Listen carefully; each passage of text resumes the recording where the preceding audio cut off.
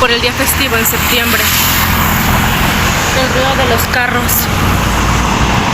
y un túnel secreto. Algo mágico.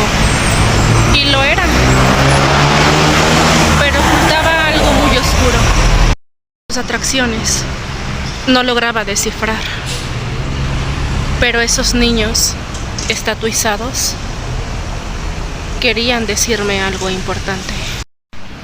Estaba tan enamorada viendo los paisajes, porque quería firmar aquí mi bonita historia de amor, esa que nunca existió, pero que era capaz de imaginarla y vivirla.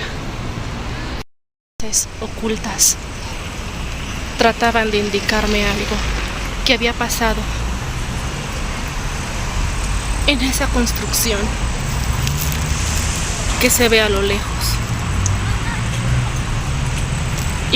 y que se conserva muy oculta.